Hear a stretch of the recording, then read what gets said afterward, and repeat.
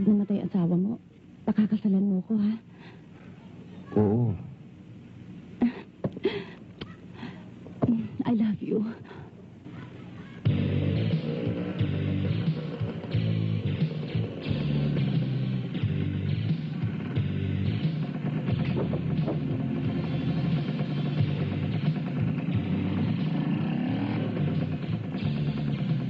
Nanang, ang tanda nyo na slight case kay utak nyo.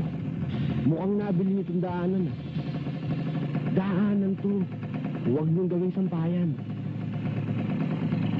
Barumbado!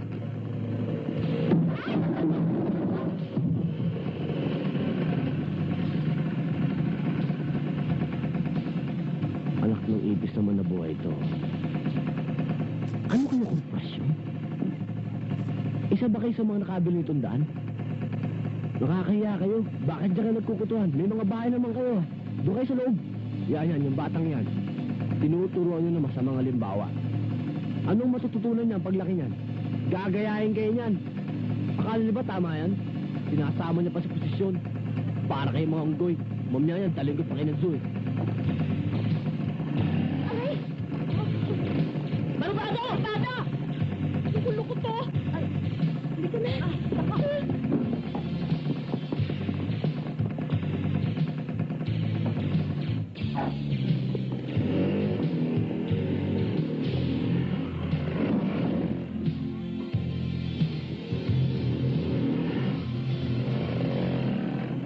Si Eric.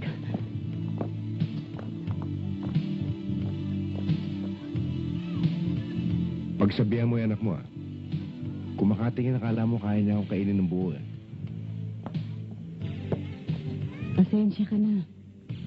Talagang ganyan tumingin ng anak ko eh. Hindi ba pwede ituring mo na parang anak mo?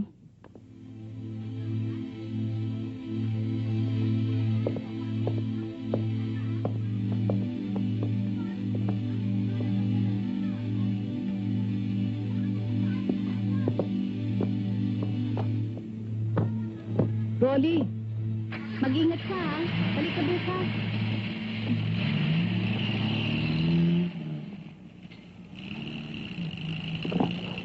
Hoy, Eric. Saan ka na naman ang galing kagabi? Hindi ka umuwi. Bakit? Importante ba ako sa'yo? Di ba mas importante sa'yo yun? Halika na nga. Mag-almusal ka na. Halika na.